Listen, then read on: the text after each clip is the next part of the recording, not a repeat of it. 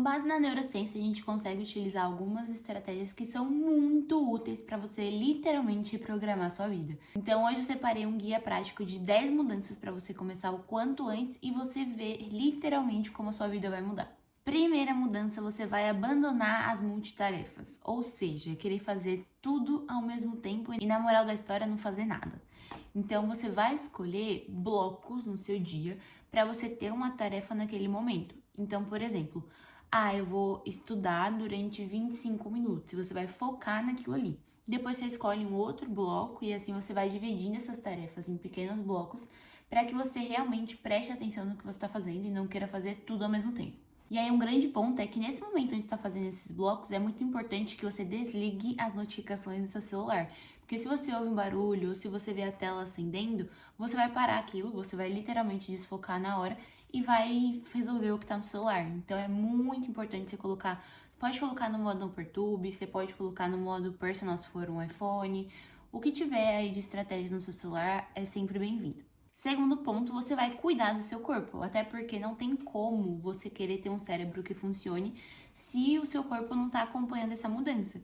Então, primeira coisa, você vai dormir em horários consistentes, então dormir e acordar no mesmo horário, inclusive no final de semana, porque isso ajuda muito no seu ciclo circadiano, e você vai colocar água ao acordar. Então, a prática de se hidratar ajuda muito no funcionamento cerebral, ajuda muito no seu metabolismo acordar, no seu trânsito intestinal. Então, tem muitos benefícios de você apenas beber água de manhã.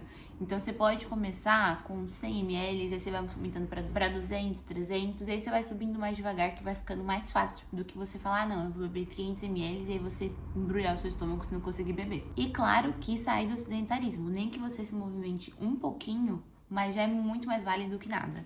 Então, colocar alguma prática de algum esporte, uma caminhada, um yoga, um pilates, qualquer coisa que faz o seu corpo se movimentar. Quarto, você vai reduzir o seu ruído mental, ou seja, a gente está muito acostumado em tudo que a gente vai fazer, em qualquer momento de pausa ou que vai fazer alguma outra coisa, tá com o celular do lado, rolando o TikTok, o Instagram, o YouTube, qualquer coisa. E é isso, querendo ou não, faz com que a nossa cabeça esteja o tempo todo em ativação.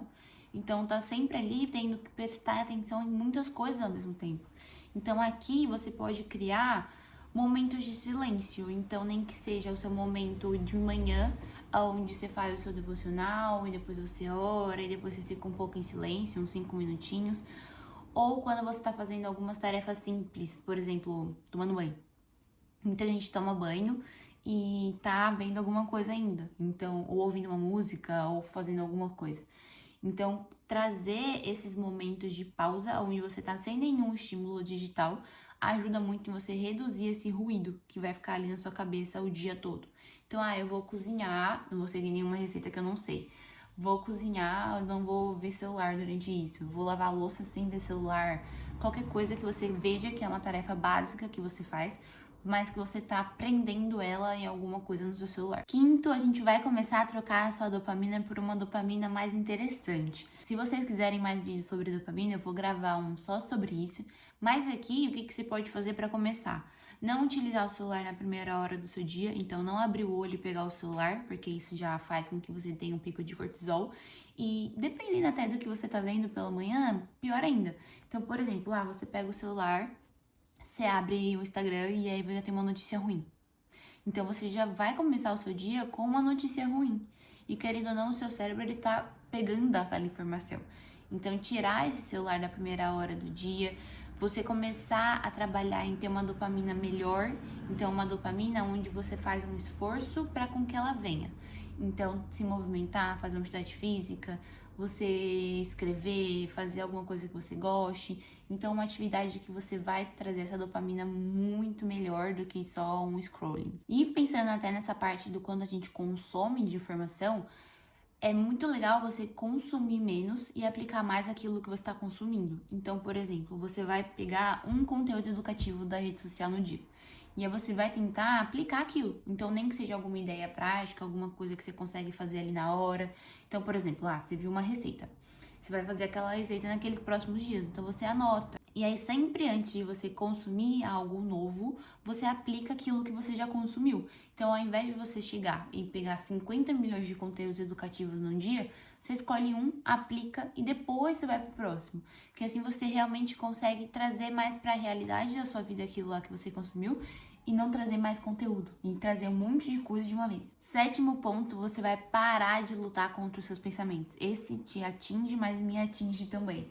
Então, quando a gente vê que esses pensamentos estão muito conturbados e começa meio que a afetar você realmente, então você vê que, nossa, tem muita coisa acontecendo na minha cabeça. O que você pode praticar é evitar discutir mentalmente com eles. Então, ao invés de você ficar ali entrando mais na pilha do que tá acontecendo na sua cabeça, você repetir que isso é um pensamento e não é um fato. Que você não precisa descarregar toda a sua energia naquilo que tá passando na sua cabeça porque é só um pensamento.